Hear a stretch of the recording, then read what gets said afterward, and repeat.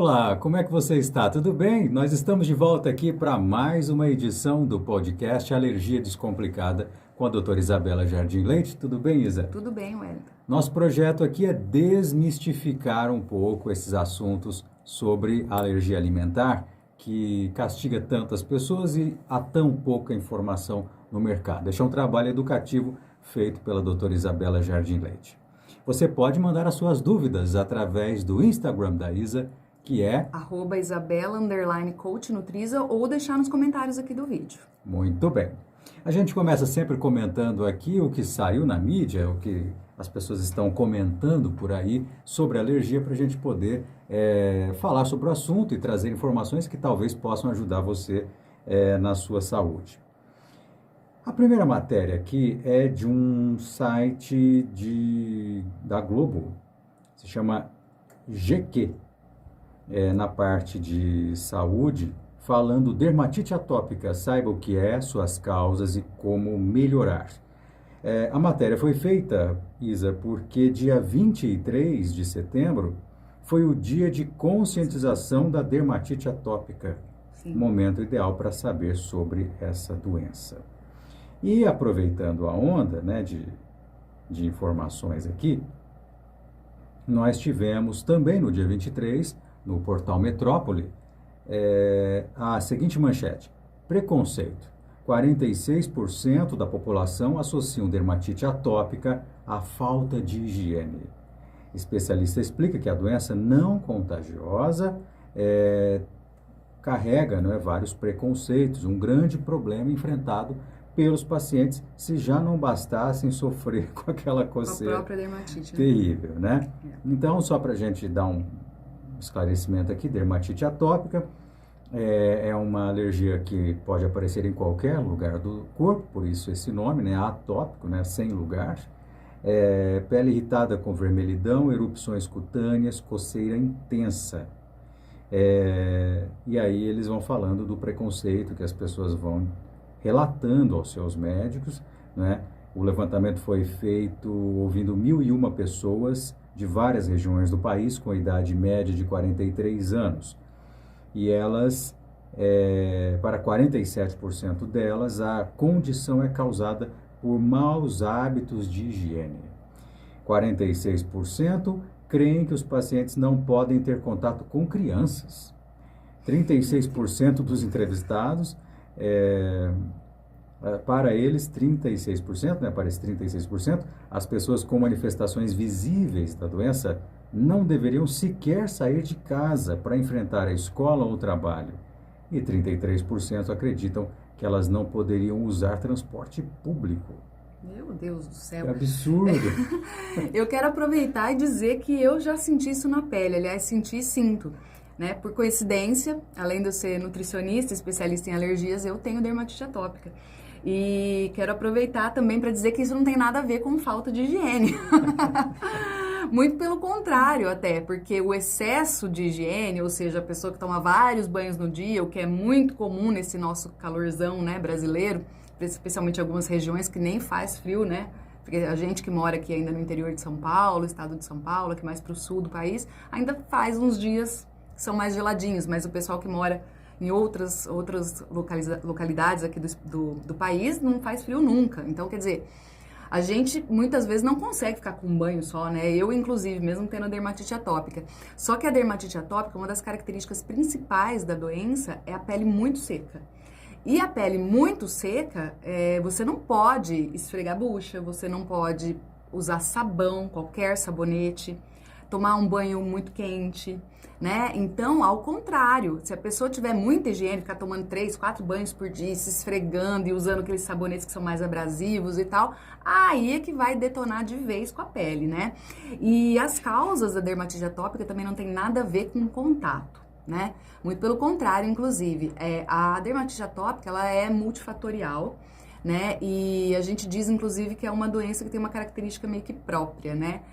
Até quando a dermatite atópica ela está relacionada com uma alergia alimentar, porque ela pode ser uma manifestação de reação à alergia alimentar, ainda assim, quando você exclui o alimento da dieta, a dermatite não vai ser curada. Ela vai melhorar bastante os sintomas, né?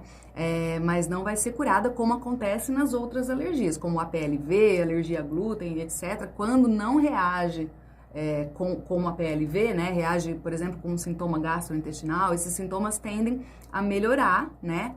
Até acabar quando você retira o alimento que está causando alergia da dieta. No caso da dermatite atópica, não. Só que a dermatite atópica, ela é, como eu disse, multifatorial. Então, não é só a alimentação. É por isso que só tirar o alimento não resolve. Porque a dermatite atópica, ela tem um forte fator genético, né? Então, normalmente, quem é atópico, assim como eu, tem pelo menos um dos pais alérgicos, né? No meu caso, eu tenho a minha mãe, que tinha a mãe dela, minha avó, e por aí vai. Eu tenho 2 filhos, o meu filho caçula também é atópico.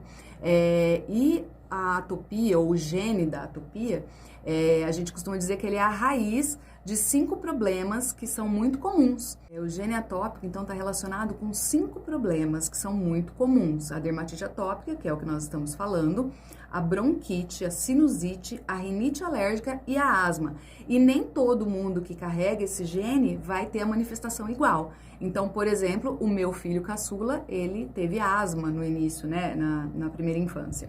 Hoje a asma é controlada, mas a gente sempre tem que ter cuidado, porque sabe que ele pode ter, de repente, uma crise, né? É muito difícil que isso aconteça, porque ela é controlada, mas a gente tem que entender que ele carrega esse gene. O mesmo vai acontecer com quem tem a dermatite atópica, né? E eu posso dizer para vocês, também por experiência própria, que a coceira é realmente insuportável. Então, assim, a gente se coça até fazer ferida.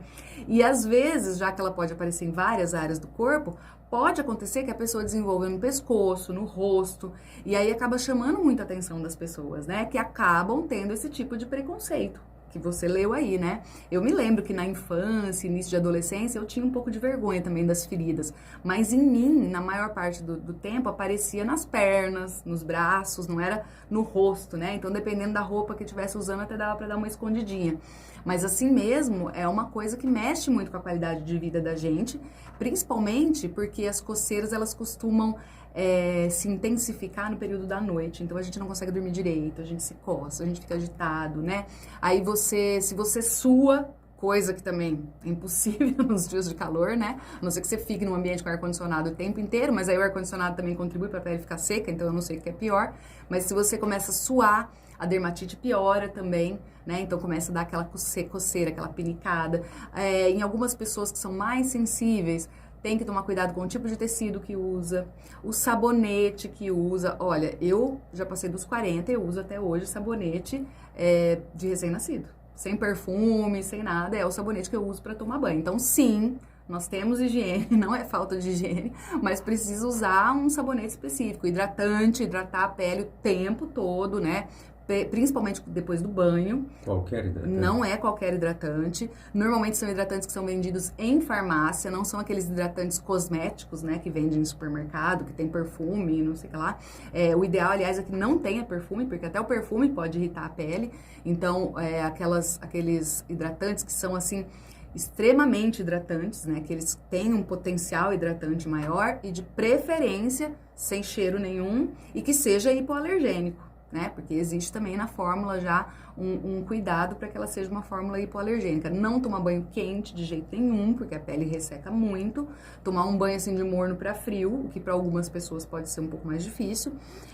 Evitar vários banhos no dia, né? A não ser que você tenha um trabalho que você sua muito e aí precisa tomar vários banhos ou que esteja muito quente. O ideal é que não tome vários banhos, e se for necessário, porque eu sei que quando tá muito calor, né, eu mesma também não consigo tomar um banho só no dia, mas que você não passe sabonete no corpo todo, todas as vezes que tomar banho. Então, se tomar banho 3 vezes ao dia, escolhe um desses banhos como banho principal, para você ensaboar o corpo todo e tal, e nos demais banhos você só se refresca, né, passa aí o sabonete nos genitais, axilas, sei lá, numa parte que esteja assim mais sujou o pé, andou descalço, enfim, se for criança, né, principalmente, mas evitar usar sabão no corpo todo. E é ideal também que um alergista, dermatologista acompanhe, porque cada caso é um caso, mas o fato é que existe esse dia da conscientização da dermatite atópica justamente porque os casos de dermatite atópica, infelizmente, não são tão raros como a gente pensa, não são tão poucas pessoas,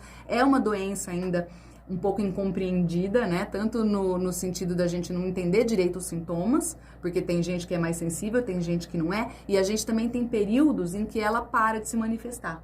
Né? Eu tive um período grande aí que ela parou de se manifestar, então você para de ter coceira, né? Para de ter esses outros sintomas, e aí você pensa que tá resolvido o problema, e aí de repente do nada começa de novo as coceiras, começa a atacar. Outra coisa também que influencia muito as crises de dermatite atópica é o emocional.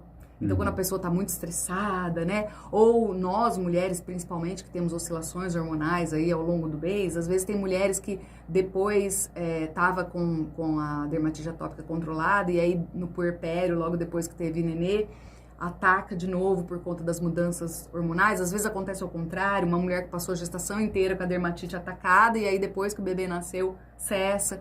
Então, é realmente uma incógnita, né? A gente até hoje não tem um tratamento que seja assim definitivo para dermatite atópica, infelizmente, eu posso dizer com propriedade, infelizmente eu gostaria muito que tivesse, mas a gente tem formas de amenizar e diminuir as crises. Então, o cuidado com a pele, o cuidado com a hidratação da pele, cuidado com o emocional também, né? Evitar os banhos quentes, como eu falei, suar muito, então eu sei que isso também às vezes é impossível, né? Especialmente se você tem um trabalho, trabalha na rua, não tem como ter um ar-condicionado em casa, ou tá muito calor, enfim. Mas evitar ao máximo, ou se estiver muito suado, tentar refrescar, principalmente quando é criança, sabe? Quando é criança pequena, bebê, deixa ficar só de fralda, só de cuequinha em casa. Tá calor, joga uma aguinha no corpo, mas sem ficar esfregando, sem usar muito sabão. Lembrar de não usar uma água muito quente. E a alimentação também pode ajudar. É isso que eu ia te perguntar. Muitas mães assistem aqui e às vezes tem um filho com atopia, né? Sim. E aí, o que acontece? Então, só que a pessoa que tem a dermatite atópica, ela tem o tipo de alergia que a gente chama de alergia mista. O que é essa alergia mista? A gente já falou aqui em outros podcasts, mas eu vou relembrar que a gente tem 3 tipos principais de alergia, que é a alergia IgE mediada, que é aquela em que há a ação da imunoglobulina E, que a gente chama de IgE, é ela que ataca, né, a proteína, no caso da alergia alimentar, né, tô falando. Então é essa imunoglobulina que ataca a proteína, então ela está relacionada, esse tipo de alergia, a IgE mediada, ela está relacionada com alergias de resposta mais rápida, choque anafilático e tudo mais. E a alergia não IgE mediada é aquela alergia que está mais relacionada com respostas tardias, então aquela alergia que a criança tem contato com o alimento, ou ingere o alimento hoje e pode demorar de 2 horas até 72 horas para aparecer. Então, às vezes, demora 2 dias para aparecer o sintoma. Mas isso é o primeiro sintoma, né? Depois pode entrar em um ciclo de manifestações. E existe a alergia mista, que tem uma mistura aí. Pode ter algumas alergias que são IgE mediadas e algumas que não são. E a dermatite atópica é uma alergia mista. Então, neste caso, pode auxiliar no tratamento, inclusive dietético, fazer um exame laboratorial para ver quais são as alergias IgE mediadas que essa pessoa tem. Porque pode ser que 2 pessoas que sejam atópicas e que tenham alergia mista, portanto, né? Porque essa é uma característica da dermatite atópica, da alergia atópica, mas que elas tenham alergias IgE mediadas por diferentes alimentos. Então, eu posso, por exemplo, fazer o exame, ver que eu sou IgE mediada para a proteína do leite e a outra pessoa, ela é IgE mediada para glúten, por exemplo. Então, é a mesma doença, com a mesma característica de alergia mista, mas que tem alergias por alimentos diferentes. Então, no caso da dermatite atópica, fazer o exame laboratorial ou o prick test, que é a alergia já na própria pele, né? Que a alergia não, desculpa, o exame de provocação na própria pele, pode auxiliar no diagnóstico. Só que como é mista, também vai ter alergia não IgE mediada. Então, não é tudo que a gente vai conseguir identificar no sangue, mas já fica sendo, assim, um ponto de partida para o tratamento dietético. Então, se a pessoa, por exemplo, faz o exame e viu que na IgE mediada ela tem uma sensibilidade, ela tem um anticorpo específico para um determinado alimento, a gente já pode excluir ou diminuir, né? Vai depender do grau de sensibilidade, diminuir este determinado alimento da dieta, já vai melhorar as crises de pele, as crises de coceira, né? As crises de dermatite.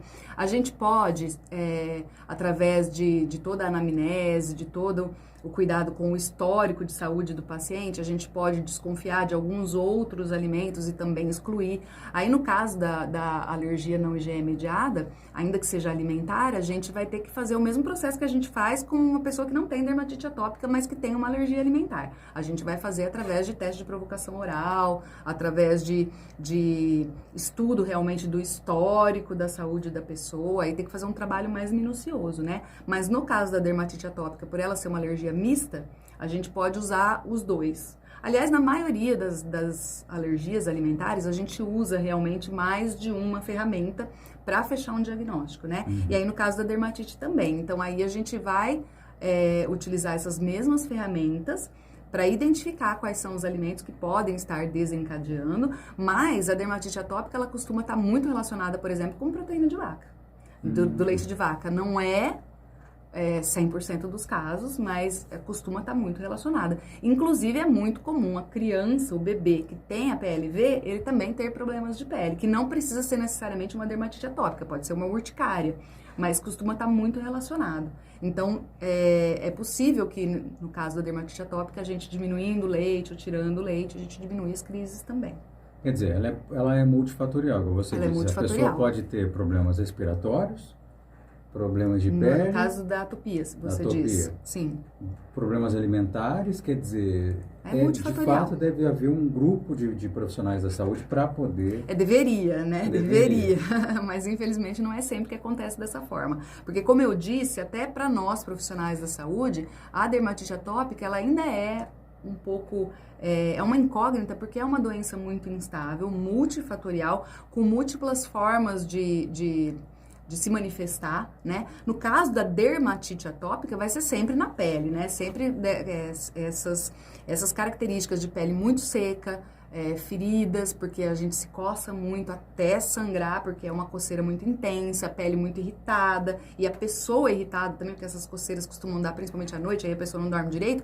Esses achados são em praticamente todos os casos, mas o gene que causa a dermatite atópica, ele também pode se manifestar de formas diferentes. E pode, inclusive, existir uma pessoa que tem dermatite atópica e rinite, dermatite atópica e bronquite, né? Ou só a asma e a bronquite, como é o caso do meu filho, que não tem a dermatite atópica, ou só a dermatite atópica, enfim. O mesmo gene não se manifesta igual em todas as pessoas, da mesma forma que não são todas as pessoas que têm dermatite atópica que têm alergia ao mesmo alimento. Que tirando o mesmo alimento vai resolver. Então, ela é multifatorial e, portanto, a forma de tratamento também é múltipla, né? Como no caso da dermatite, agora falando só da reação sob a forma de dermatite, é sempre na pele, então os cuidados para a pele tem que existir para todo mundo que tem dermatite atópica, é isso, cuidado com o ressecamento, manter hidratada, não passar sabão no corpo todo o tempo todo, evitar suor, tecidos sintéticos, esse tipo de coisa, isso vai servir para todos. Agora, em relação ao cuidado com a alimentação, aí pode variar. Legal. E para quem não tem atopia, não discrimine. Por favor. Por favor.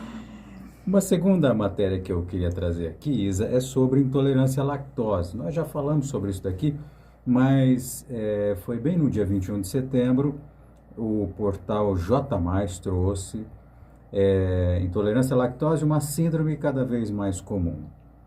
Então, a matéria começa explicando que a lactose é o açúcar presente no leite, que em condições normais é digerido pelo organismo, fica lá enquanto está sendo digerida, né?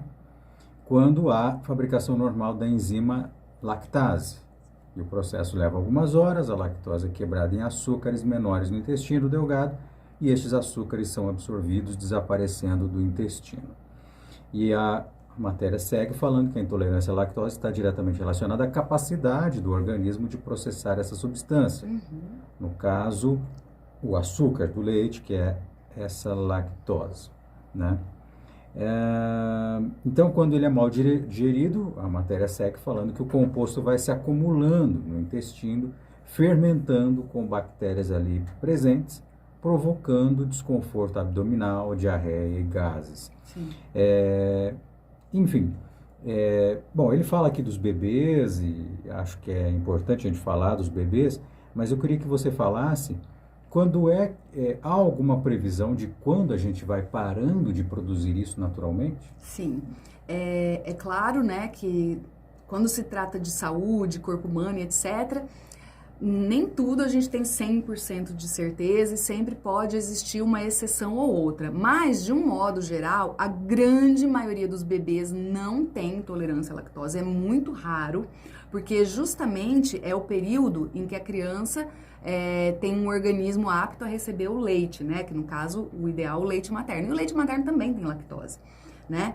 E existe também, respondendo a sua pergunta, como a gente saber o que acontece com a maioria das pessoas, o período em que vai diminuindo a fabricação da lactase, que é a enzima que digere esse açúcar do leite, que é durante o processo de envelhecimento, na fase adulta principalmente, né? Então é muito raro a gente ver essa intolerância em crianças pequenas, bebês, então muito mais, e adolescentes, e aí conforme vai entrando na idade adulta, vai passando aí dos 30, 40, vai ficando cada vez mais comum, porque faz parte do nosso processo natural de envelhecimento a gente diminuir a produção da lactase, porque teoricamente a gente não estaria mais ingerindo leite, né? E a lactose é o açúcar do leite, então ela está presente nos leites, né? Seja de vaca, seja de cabra, seja materno, né?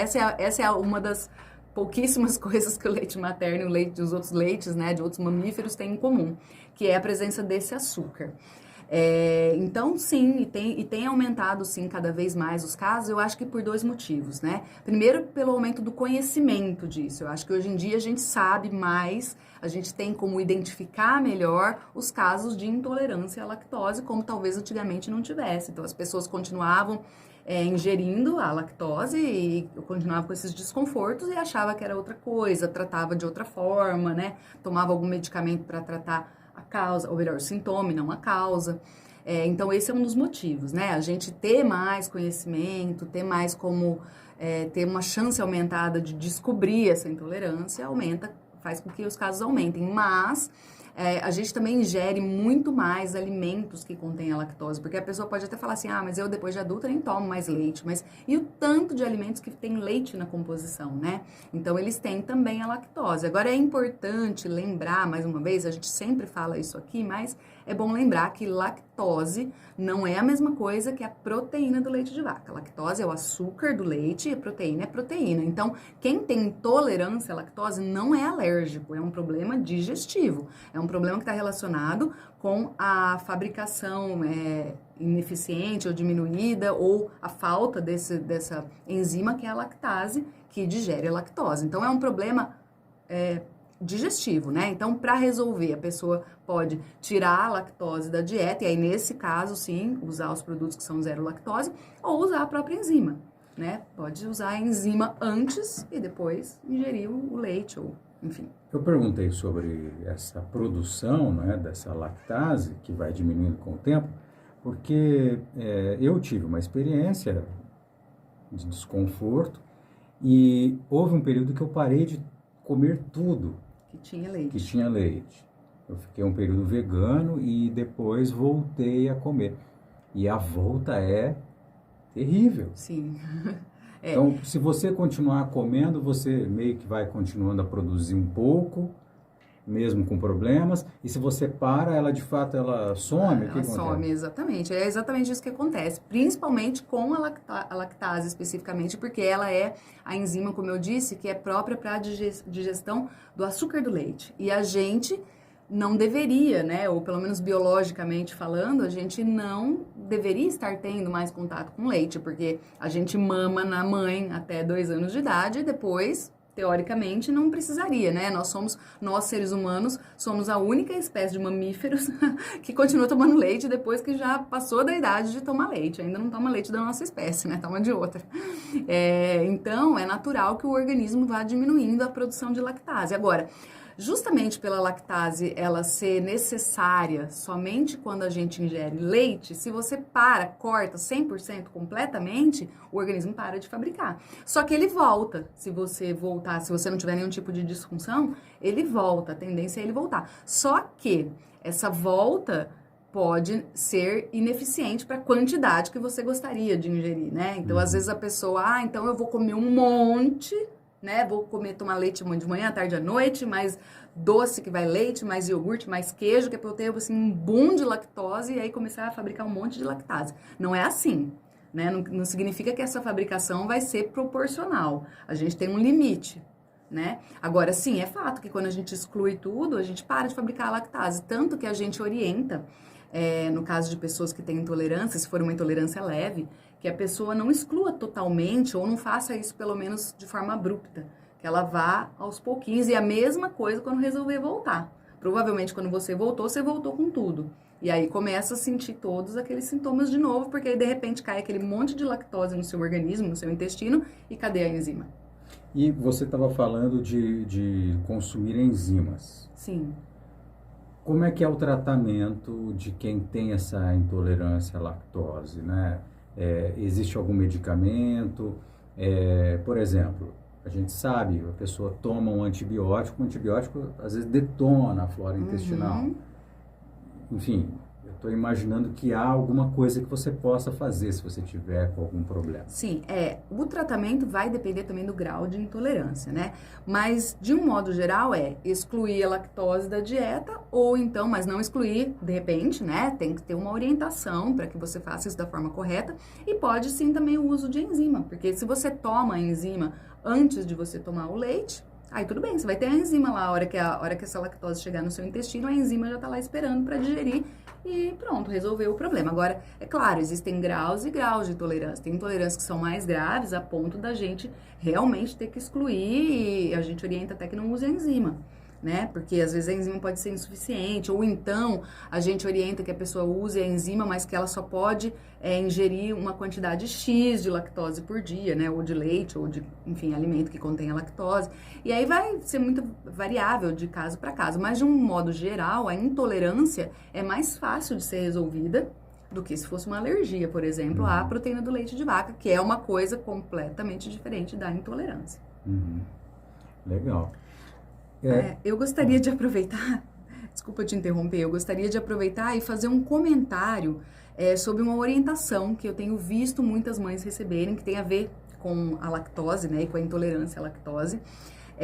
Eu acho até que a gente comentou no último episódio do podcast, mas eu acho importante a gente voltar no assunto, já que o assunto é intolerância à lactose, que algumas mães têm recebido a orientação de parar de amamentar, porque o leite materno também tem lactose, como eu acabei de dizer, inclusive, de fato, o leite materno também tem lactose. Mas, além de ser muito raro, intolerância à lactose em bebês, então é muito possível que o médico tenha feito um diagnóstico errado, porque é muito raro mesmo. É muito mais provável que a criança tenha alergia ao leite e não intolerância à lactose. Ainda que ela tenha essa intolerância, a não ser que seja assim, uma intolerância gravíssima, uma situação assim, muito diferente, o ideal é que a mãe seja orientada a tirar a lactose da dieta dela para que a lactose do que ela ingere não se some ou não aumente a lactose do leite.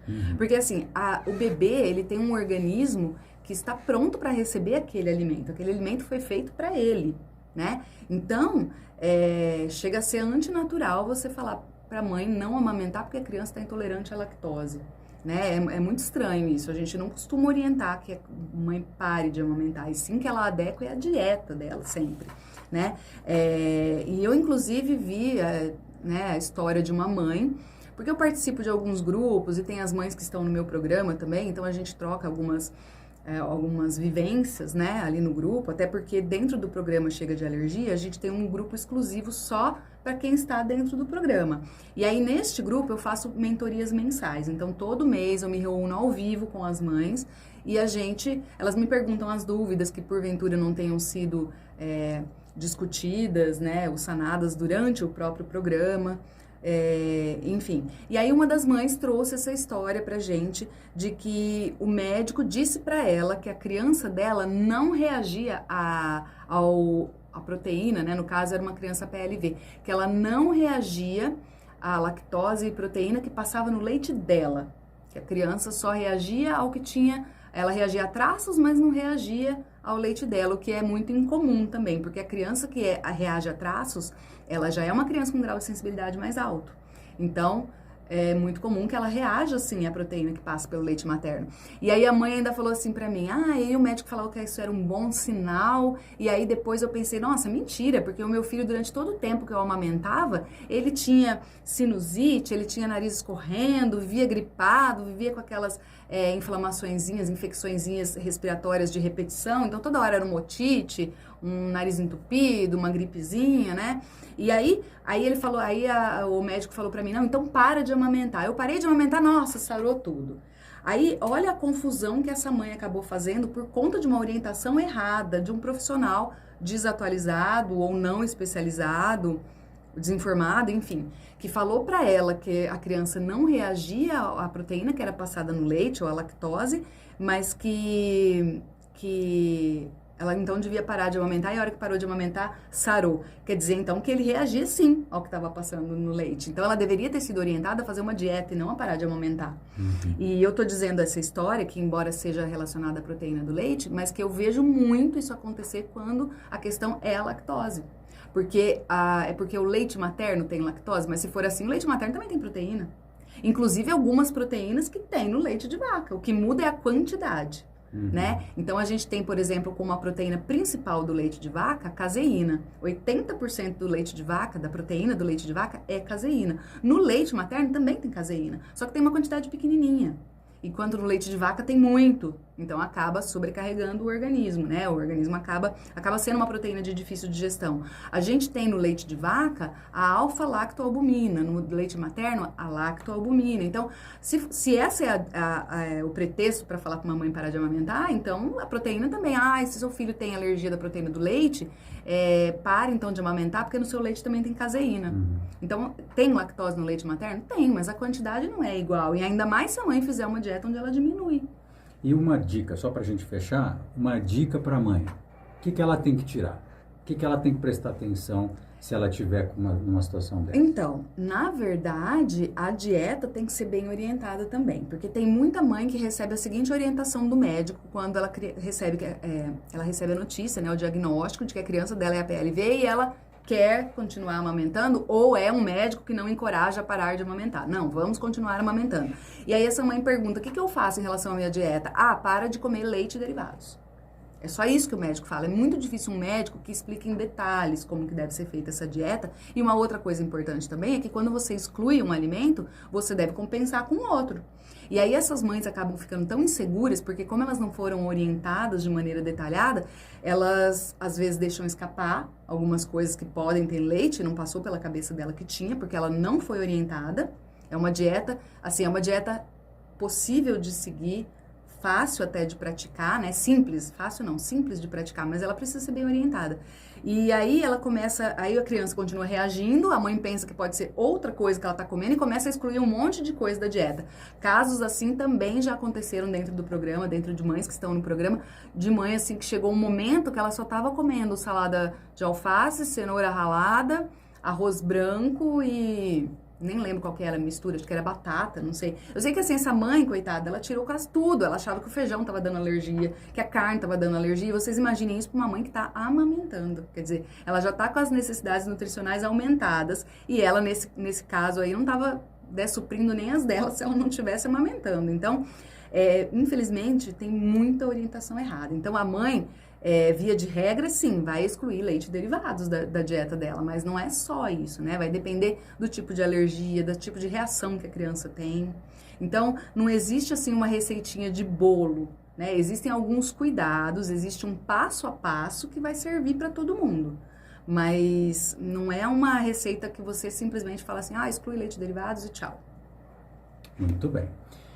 Isa, obrigado. Eu que agradeço. Nós voltamos na próxima semana com mais uma edição do podcast Alergia Descomplicada. Você pode mandar suas dúvidas também, você pode participar conosco aqui através do Instagram e do YouTube. Isso, pode deixar seus comentários aqui no vídeo, no YouTube, e pode mandar um direct no meu Instagram, que é @isabela_coachnutriza.